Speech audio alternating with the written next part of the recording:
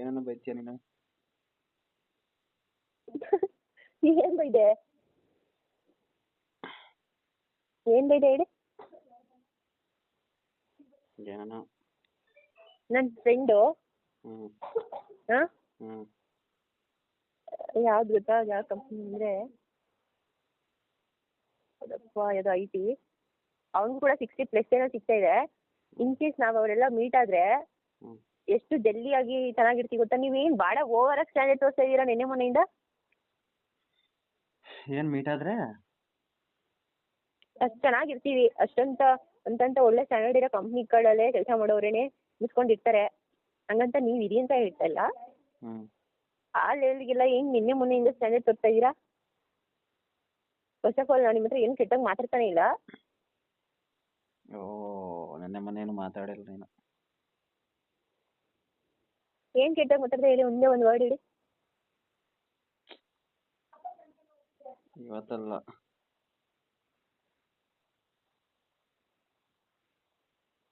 ಅಭಿ, ನಿಮ್ಗೆ ನಿಮ್ಮ ಕಾಲದವ್ರ ಥರ ಸಿಗಲ್ಲ ಯಾರು ಇವಾಗ.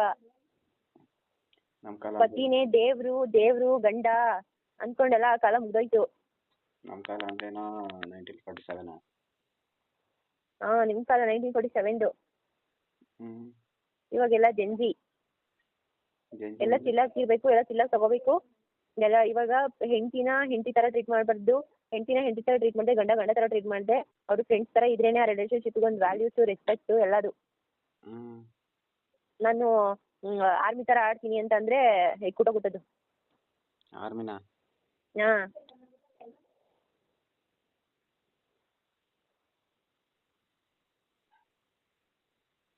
ಆರ್ಮಿ ಅಂದ್ರೆ ಫುಲ್ ಸ್ಟ್ರಿಕ್ಟು. ಹೌದು.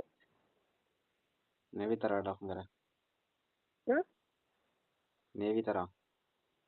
ಹೌದು.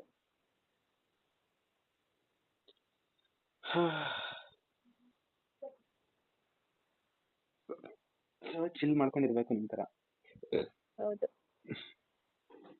ಏನು ಮಾತಾಡಬೇಕು, ಬೆಳೆಸಬೇಕು, ಒಂಚೂರು ಯಾರು ಇಲ್ಲ. ಚಿಲ್ ಥರ ಇದ್ರೇನೆ ಲೈಫ್. ಇಲ್ಲಾಂದ್ರೆ BP ಶುಗರ್ ಬಂದ್ಬಿಡುತ್ತೆ. ಗೊತ್ತಾಯ್ತಾ? 1997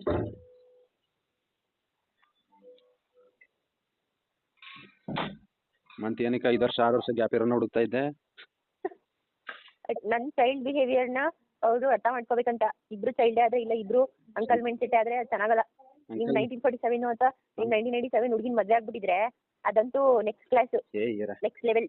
ಇರಪ್ಪ, ಮತ್ತೆ 5-6 ವರ್ಷ ಇರೋನು ಹೆಂಗೆ ನಿನ್ನ ಟ್ಯಾಕಲ್ ಮಾಡ್ತಾನೆ ಅಂತ ನೀನು ಅನ್ಕೋಬಿಟ್ಟೆ? ನನ್ನ 5-6 ವರ್ಷ ಗ್ಯಾಪ್ ಇರೋನು ನಿನ್ನ ಟ್ಯಾಕಲ್ ಮಾಡ್ತಾನೆ ಅಂತ ನೀನು ಹೆಂಗೆ ಅನ್ಕೊಂಡೆ? ಅನ್ಕೋತೀನಿ, ಬಿಕಾಸ್ ಅವರು ದೊಡ್ಡವರಾಗಿರ್ತಾರೆ. ಅವ್ರ ಮೈಂಡ್ ಸೆಟ್ಟೇ ಬೇರೆ ಥರ ಇರುತ್ತೆ, ನಮ್ಮ ಮೈಂಡ್ ಸೆಟ್ಟೇ ಬೇರೆ ಥರ ಇರುತ್ತೆ, ಮ್ಯಾಚ್ ಆಗಲ್ಲ ಅಂತ ಎಷ್ಟೊಂದು ಸಾವಿರ ಜನ ಹೇಳ್ತಾರೆ. ನೀನು ಹೋದ್ರೆ ಹೇಳ್ತೀಯ. ಏನೇನು ಈಗ ನಮ್ಮ ಜನ್ರೇಷನಲ್ಲಿ ಈಗ ನನಗೆ 28 ಆಗಿದ್ರೆ 26, 27 ಅಂತವ್ರನ್ನ ಮದುವೆಗೆ ನೋಡ್ತಾರೆ. ಯಾಕೆ ಅಂದ್ರೆ ಅವ್ರ ಮೈಂಡ್ ಸೆಟ್ ನಮ್ಮ ಮೈಂಡ್ ಸೆಟ್ ಎಲ್ಲ ಏಜ್ ಸೇಮ್ ಇರುತ್ತೆ. ಜಾಸ್ತಿ ಏನು ಆಬ್ವಿಯಸ್ಲಿ ಹುಡುಗರು ಹುಡುಗಿರ್ನ ಅವ್ರಿಗಿಂತ ಚಿಕ್ಕವ್ರನ್ನ ಇಲ್ಲಾಂದ್ರೆ ಅವ್ರಿಗಿಂತ ದೊಡ್ಡವ್ರನ್ನ ಎಕ್ಸ್ಪೆಕ್ಟ್ ಮಾಡ್ತಾರೆ ಹೊರತು ಸೇಮ್ ಏಜ್ ಅವ್ರನ್ನ ಯಾವುದೇ ಕಾರಣಕ್ಕೂ ಎಕ್ಸ್ಪೆಕ್ಟ್ ಮಾಡಲ್ಲ. ಹಂಗೇನೆ ಹುಡುಗಿರು ಕೂಡ ನನ್ಗಿಂತ ದೊಡ್ಡವರು ಸೇಮ್ ಏಜ್ ಯಾಕೆ ಎಕ್ಸ್ಪೆಕ್ಟ್ ಮಾಡಲ್ಲ? ಕ್ಲಾಸ್ಮೇಟ್ಸ್ ಎಲ್ಲ ಲವ್ ಮಾಡಿ ಮದುವೆ ಆಗಿರೋ, ನಮ್ಮ ಬ್ಯಾಚ್ ಮೇಟ್ಸ್ ಎಲ್ಲ ನಮ್ಮ ಕಂಪ್ನಿಲಿ ಎಷ್ಟೊಂದು ಜನ ಇಷ್ಟಪಟ್ಕೊಂಡು ಲವ್ ಮಾಡ್ಕೊಂಡು ಮದುವೆ ಆಗಿರೋರು, ಅವ್ರಿಗೆಲ್ಲ ಏನು 50 ವರ್ಷ ಗ್ಯಾಪ್ ಇದೆಯಾ? 50 ವರ್ಷ ಗ್ಯಾಪ್ ಇದೆಯಾ? ಅದೇ ಡಿವೋರ್ಸ್ ಕೇಸ್. ಅದಕ್ಕೆ ಮತ್ತೆ ಡಿವೋರ್ಸ್ ಕೇಸ್ ಆಗ್ತಿರೋದು. ಎಲ್ಲೋ ಒಂದೇ ಏಜ್ ಅಲ್ಲಿ ಲವ್ ಮಾಡ್ಕೊಂಡು ಇವತ್ತು ಎಂಡ್ ಆಫ್ ಎಲ್ಲರೂ ಕೊನೆ ಮೂಮೆಂಟ್ ಅನ್ಕೊಂಡು, ಲಾಸ್ಟ್ ಮೂಮೆಂಟ್ ಅನ್ಕೊಂಡು ಜೊತೆಯಾಗಿರ್ತಾರೆ. ತುಂಬಾ ರೇರ್ ಕೇಸಸ್. ಓಕೆನಾ? ನಾನು ಎಷ್ಟೋ ವರ್ಷಗಳಿಂದ ಹಾಸನಲ್ಲಿ, ಇವಾಗ ಬೆಂಗಳೂರು ಬಂದು ಅಟ್ಲೀಸ್ಟ್ ಸ್ವಲ್ಪ ಜನ ಮೆಂಟಾಲಿಟಿ ಅಥವಾ ಸ್ವಲ್ಪ ಜನ ಮೆಂಟಾಲಿಟಿ ಅನ್ನೋದಕ್ಕಿಂತ ಇವತ್ತಿನ ಜನ್ರೇಷನ್ ಹೆಂಗ್ ರನ್ ಆಗ್ತಿದೆ ಅನ್ನೋದನ್ನ ನಾನು ತಿಳ್ಕೊಂಡಿದ್ದೀನಿ. ನಿಮ್ಮ ಹತ್ರ ಜಸ್ಟಿಫಿಕೇಶನ್ ಸಜೆಷನ್ಸ್ ನಂಗೆ ಬೇಡ. ನಿಮ್ಗೆ ಬರೀ ಖಾಲಿ ಪಲಾವ್ ಥರ ಕೊಡ್ತಿರೋದು. ಜಸ್ಟಿಫಿಕೇಶನ್ ಸಜೆಷನ್ಸ್ ಎಲ್ಲ ಒಳ್ಳೆ ಖಾಲಿ ಪಲಾವ್ ಥರ ಇರ್ತದೆ, ಒಳಗಡೆ ಏನಿರಲ್ಲ ಮಣ್ಣು. ಬಟ್ ನನ್ಗೆ ಏನಕ್ಕೆ 5 years ದೊಡ್ಡವನ್ ಆಗಬೇಕಿತ್ತು ಅಂತಂದರೆ, ನಾನು ಸ್ವಲ್ಪ ಚೈಲ್ಡ್ ಥರ ಆಡೋದ್ರಿಂದ ನನ್ನನ್ನು ಬ್ಯಾಲೆನ್ಸ್ ಮಾಡೋಕ್ಕೆ ಅವ್ಳು ಇರಬೇಕಿಲ್ಲ. ನಾನು ಚೈಲ್ಡ್ ಥರ ಆಗಿ ಹುಡುಗನ ಚೈಲ್ಡ್ ಥರ ಆದರೆ ಅದು ಫುಲ್ ಕ್ರಿಂಜ್ ಆಗಿಬಿಡುತ್ತೆ.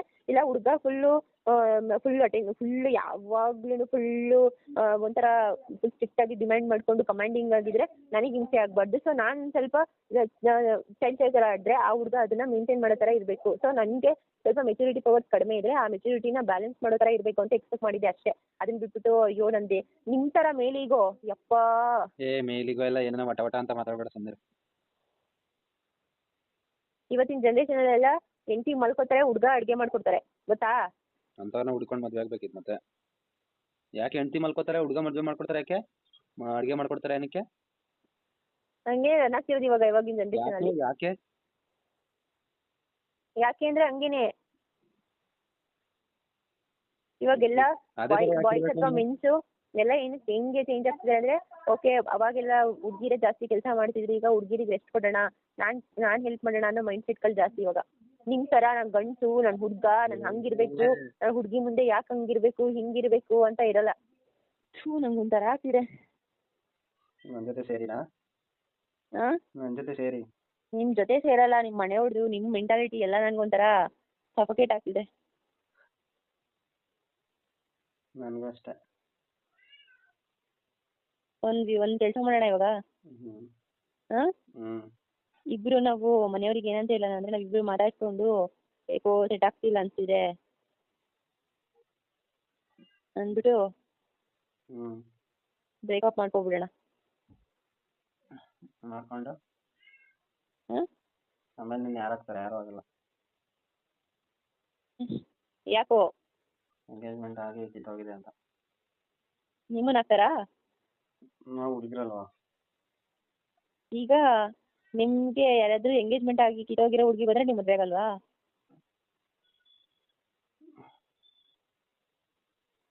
ಹ್ಞೂ ಆಗಲ್ವಾ ಮದುವೆ? ಗೊತ್ತಿಲ್ಲ. ಗೊತ್ತಿಲ್ಲ ಅನ್ನೋದೆಲ್ಲ ಆನ್ಸರ್ ಹೇಳಿ. ಅಂದರೆ ನಂದು ನಿಮ್ಮದು ಬ್ರೇಕಪ್ ಆಗಿದ್ರೆ ಹ್ಞೂ, ಆಗ್ತೀನಿ ಅನ್ಸುತ್ತೆ. ಸರ್ ಅದೇ ಥರ ನನಗೂ ಆಗೋರು ಇರ್ತಾರೆ ಅಂತೀಯ. ಹೌದು. ಬಟ್ ನಿಮಗೆಲ್ಲ ತುಂಬ ಅವಮಾನ ಆಗುತ್ತಲ್ಲ, ನಿಮ್ಮ ಅಪ್ಪ ಅಮ್ಮಂಗೆ, ನಿಮಗೆ ಎಲ್ಲರಿಗೂ. ಏನಕ್ಕೆ? ನಿಮಗೆ ಎಂಗೇಜ್ಮೆಂಟ್ ಎಲ್ಲ ಕಿತ್ತೋಗಿದೆ ಅಂತ. ಏನು ಯಾರ ಜೊತೆ ನೋಡೋಗಿಲ್ವಲ್ಲ, ಯಾರು? ಅವಮಾನ ಆಗುತ್ತೆ. ಹ್ಞೂ, ಹಂಗಾರೆ ಆ ಥರ ಆದರೆ ಓಕೆ ಅನ್ನೋ ನಿಮಗೆ? ಹೌದು. ರಿಯಲಿ? ಹೇಳಿ. ಡವ್ ಮಾಡಬೇಡ ಸಮೀರ್. ನಿಮ್ಮ ಅಪ್ಪ ನಿಜ. ನಿಮ್ಮ ಅಪ್ಪ ನಾನು ತುಂಬ ಸ್ಟ್ರಾಂಗಾಗಿ ಏನು ಬಿಲೀವ್ ಮಾಡ್ತೀನಿ ಗೊತ್ತಾ? ಹ್ಞೂ ನಂದು ಅದು ವಸ್ತು ಅನ್ನೋದಾದರೆ ನನ್ನ ಹತ್ರ ಉಳಿದೇ. ಇನ್ ಕೇಸ್ ನನ್ನ ಹತ್ರ ಉಳಿಲಿಲ್ಲ ಅದು ಅಂದರೆ ಅದು ನಂದಲ್ಲ ಅಂತ ಅರ್ಥ. ನನಗೆ ಇನ್ನೊಂದು ಏನಂದರೆ, ನನಗೇನಾದರೂ ದೇವ್ರು ಕೊಡ್ತಿದ್ದಾನೆ, ದೇವರು ನನಗೇನಾದ್ರು ಇಷ್ಟಪಟ್ಟು ನಂಗೆ ಸಿಕ್ತಿದೆ ಅಂದರೆ ಅದು ದೇವ್ರ ಪ್ರೊಟೆಕ್ಷನ್. ನಂಗೆ ಇಷ್ಟಪಟ್ಟಿದ್ದು ಇಷ್ಟಪಟ್ಟರೆ ನಂಗೆ ಸಿಕ್ತಿದೆ ಅಂದರೆ ಅದು ಗಾಡ್ ಡೈರೆಕ್ಷನ್. ನಂಗೆ ಇಷ್ಟಪಟ್ಟು ಸಿಕ್ತಿಲ್ಲ ಅಂದರೆ ಗಾಡ್ ಪ್ರೊಟೆಕ್ಷನ್. ಓಹೋ, ಏನಪ್ಪ ಏನೋ ಮಾತಾಡ್ತಿದ್ಯಾ? ಅಂದರೆ ನಿಮ್ಮ ಮನೆಯವ್ರಿಗೆಲ್ಲ ಕಷ್ಟ ಆಗುತ್ತಲ್ಲ, ಅವಮಾನ ಆಗುತ್ತೆ, ನೋವಾಗುತ್ತೆ. ಕಷ್ಟ ಏನಕ್ಕಾಗುತ್ತೆ? ಅಯ್ಯೋ ಒಳ್ಳೆ ಸರಿ ಹೋಯ್ತಲ್ಲ ಕತೆ. ನಿಮ್ಗೆ ಓಕೆನಾ ಅದು? ಓಕೆ. ಯಾಕೆ ಕಷ್ಟ ಆಗಲ್ವಾ? ನಿಮ್ಮ ದೊಡ್ಡಪ್ಪ, ನಿಮ್ಮ ಮಾವ, ಊರ ಮುಂದೆ ಎಲ್ಲ ಅವಮಾನ ಆಗುತ್ತಲ್ಲ. ಏನಕ್ಕೆ? ಯಾಕೆ ಅಂದರೆ ಈ ಥರ ಮಾಡ್ಕೊಂಡು ಕಿತ್ತೋಗಿದೆ ಇವ್ರದ್ದು ಎಂಗೇಜ್ಮೆಂಟು ಆಗಿ ಮತ್ತೆ ಪರವಾಗಿಲ್ಲ, ಅದಕ್ಕೆ ಏನಂತೆ ಇವಾಗ? ಎಷ್ಟು ಎಂಗೇಜ್ಮೆಂಟ್ ಆಗಿ ಕಿತ್ತೋಗಿಲ್ವಾ? ನಿಮ್ಮ ಅಮ್ಮಂಗೆ ಈ ಮಾತು ಹೇಳು, ಹೊಡಿತಾರೆ ನಿಮಗೆ. ನೀನೇನೋ 2K ಕಿಡ್ಸ್ ತಗೋತೀಯಪ್ಪ ಬೇಕಿದ್ರೆ. ಹೌದು ತಾನೇ? ನೀವೇನು ರಿಯಾಲಿಟಿ ಹೋಗ್ಬಿಡ್ತೀರಾ ಡಿಪ್ರೆಷನ್ ಒಳಗಡೆ ಹೋಗಿ ಕುತ್ಕೊಂಡು ದೇವದಾಸ ಆಗ್ಬಿಡ್ತೀರಾ. ನಾನು ಹಂಗೆ ಆಗ್ತೀನಿ ಅಂತ ಹೇಳ್ತೀರಾ?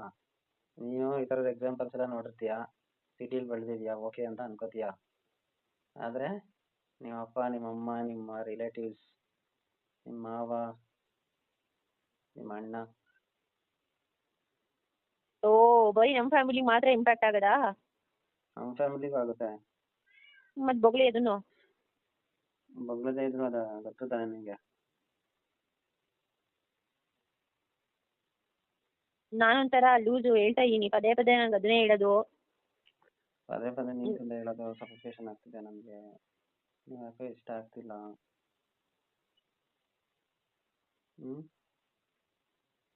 ತಲೆ ಕೆಟ್ಟರೆ ಆಮೇಲೆ ಅಷ್ಟೇ ಏನು ಮಾಡಿ ತೋರಿಸ್ಬೇಕಾಗುತ್ತೆ ಕೆಲವೊಂದನ್ನ.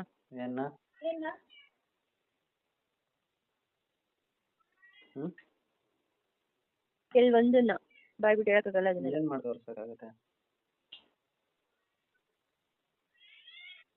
ಏನು ಮಾಡಲ್ಲ ನೀನು, ಏನು ತೋರಿಸಲ್ಲ. ಹಿಂಗೆ ಟೆಂಪ್ ಮಾಡಿ ನನಗೆ ಗೊತ್ತಾಗುತ್ತೆ. ಸುಮ್ಮನೆ ತೋರ್ಸಕ್ಕೆ ಹೋಗ್ಬೇಡ, ಆಮೇಲೆ ನೋಡೋಕ್ಕಾಗಲ್ಲ.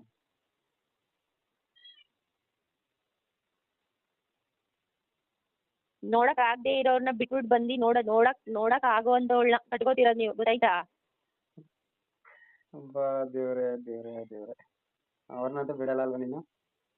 ಮತ್ ಮುಚ್ಕೊಂಡು ಇರ್ಬೇಕು ನನಗೆ. ಸುಮ್ಮನೆ ನನಗೆ ಬಿ ಪಿ ಎಲ್ಲ ರೈಸ್ ಮಾಡ್ಬಿಡಿ ಜಾಸ್ತಿ.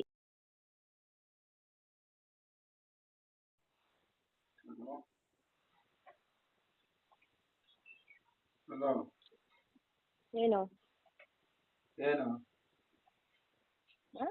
ಏನು ಏನು ಏನು ಹಾ? ನಾನು ಅದೇ ಕೇಳ್ತಿರೋದು ಏನು ಅಂತ. ನಾನು ಅದೇ ಕೇಳ್ತಿರೋದು ಏನೇನು ಅಂತ. ಏನು ಏನು ಏನು ಮತ್ತೆ ಮನೆಗೂನು. ಏನಾಗಿದೆ ನಿಂಗೆ? ಸುಮ್ಮನೆ ಹೋಗಿ ಏಕೆ? ನಾನೇನ್ ಮಾಡ್ದೆ? ಏಯ್ ಅಭಿ, ಹಾ? ನಂಗೆ ಅದೇ ಇವಾಗ ನಿಂಗೆ ಅದೇ ಇವಾಗ? ಮುಚ್ಕೊಂಡು ಇರ್ಲಿಲ್ಲ ಅಂದ್ರೆ.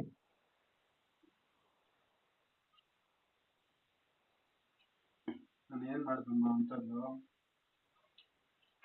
ಏನ್ ಮಾಡಿದ್ರಾ? ಹ್ಮ್. ನಿಮಗೆ ಹಂಗೆ ನನಗೆ ಬರ್ತಿರೋ ಕೋಪಕ್ಕೆ ನಿಮ್ ನಂಬರ್ ಎಲ್ಲ ಡಿಲೀಟ್ ಮಾಡ್ಬಿಡೋಣ ಅನ್ಸ್ತಿತ್ತು ನಂಗೆ. ಯಾವಾಗ? ಏಯ್ ಮುಚ್ಕೊಂಡು ಕುತ್ಕೊಳ್ಳಿ, ನಮ್ಗೆ ಬ್ಯಾನ್ ಮಾಡಿ ಬರುತ್ತೆ ಇವಾಗ. ಮಾತಾಡೋದು ನಾನು ಕೇಳಿಸ್ಕೊಳ್ದೇನೆ ಬೇಡವಲ್ಲ? ನೀನ್ ಹೇಳ್ದೇನೆ ಬೇಡವಲ್ಲ? ಹಾ? ನಿಮ್ಮಂತ ಲೋಫರ್ಸ್ಗೆ ನನ್ಗೇನು ಏನು ಗತಿ ಇಲ್ದೇನೆ ನಿಮ್ಮಂತ ಲೋಫರ್ಸ್ ಹೋಗಿ ತಗ್ಲಾಕೊಂಡಲ್ಲ ಅಂತ ರಿಗ್ರೆಟ್ ಆಗ್ತಿದೆ ನಂಗೆ. ನಂಗೆ ಏನು ಕೇಳ್ತಿಲ್ಲ.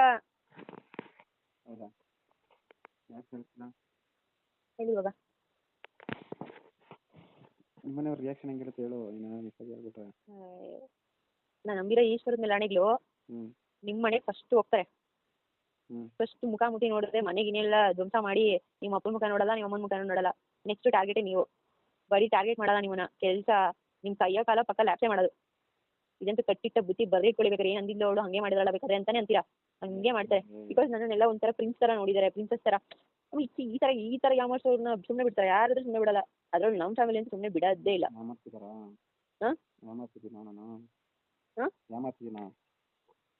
ಅದು ಯಾರು ತಾನೇ ಬರುತ್ತಲ್ವಾ. ನೀವು ಜಸ್ಟು ಬಂದಿಲ್ಲ ಅನ್ನೋದಕ್ಕೇನೆ ಹೆಂಗ್ ರಿಯಾಕ್ಟ್ ಮಾಡೋದು? ಅದೇ ಮತ್ತೆ ನಂಗೆ ಅದೆಲ್ಲ ನೆನಪಾಗಿದೆ, ನಾನು ಕೂತ್ಕೊಂಡಿದ್ದೀನಿ.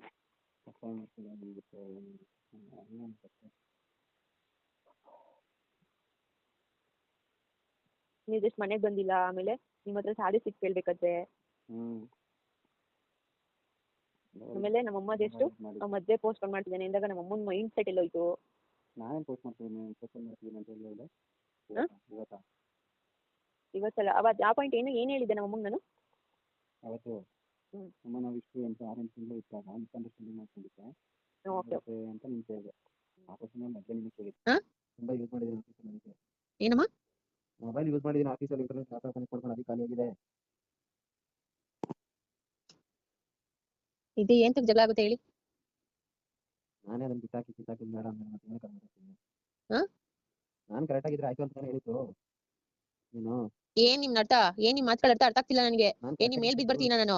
ನನಗೆ ಅದ ಅವಶ್ಯಕತೆನೇ ಇಲ್ಲ. ನನಗೆ ಫ್ಯಾಮಿಲಿ ಮುಖಾಂತರ ಹೋಗ್ಬೇಕಿತ್ತು, ಹೋಗಿದ್ದೀನಿ ಅಷ್ಟೇ.